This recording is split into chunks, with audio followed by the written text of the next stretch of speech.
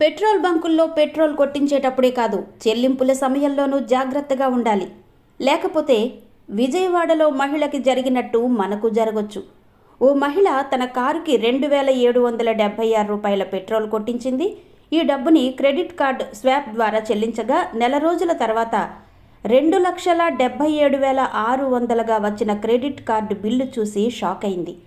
Cyber నేరగాళ్లు తన credit కార్డుని హ్యాక్ చేశారేమో అని భయపడిన సదరు మహిళ విజయవాడ సైబర్ క్రైమ్ పోలీసులను ఆశ్రయించారు. పోలీసులు విచారించగా పెట్రోల్ బంకులో మోసం జరిగినట్టు గుర్తించారు.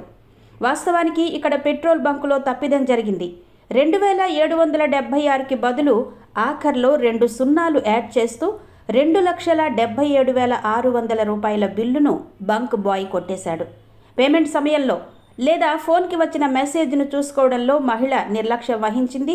మహిళ లావాదేవీ రోజున వసూలైన సొమ్ములో భారీగా తేడాను ఆ రోజే పెట్రోల్ బంకు యాజమాన్యం గుర్తించింది.